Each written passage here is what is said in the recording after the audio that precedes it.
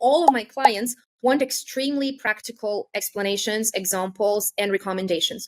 To be very blunt and honest, they want the do's and the don'ts. They come to me with an existing situation in their intercultural team, or they come with a hypothetical situation about a future negotiation with a foreign partner or with a foreign entity of their company. What they come to me and they ask, what should we do? And as a consultant, as a tutor, they are expecting me to give them a clear, definitive answer that if you go to country A, B is what you should do, and C is what you should not do. But the clear ultimate challenge is that, first, we live in the world of super diversity.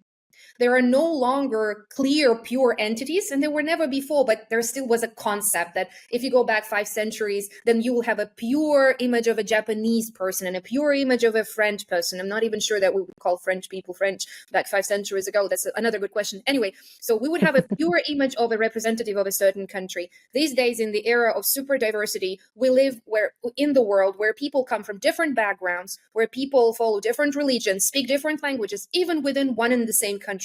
And I'm not even speaking about foreigners who come to live there, but I'm sure if you go a little bit deeper into, let's say, socioeconomic background of China, you would see a dramatic difference between the North and the South, but between different ethnic groups, between different dialects, let alone you go to, let's say, India. Yeah, hundreds of dialects, hundreds of ethnic groups, and they're all very different, united by one name, Indian. And people do want to know, okay, Chris, what should I do when I go to India and what should I not?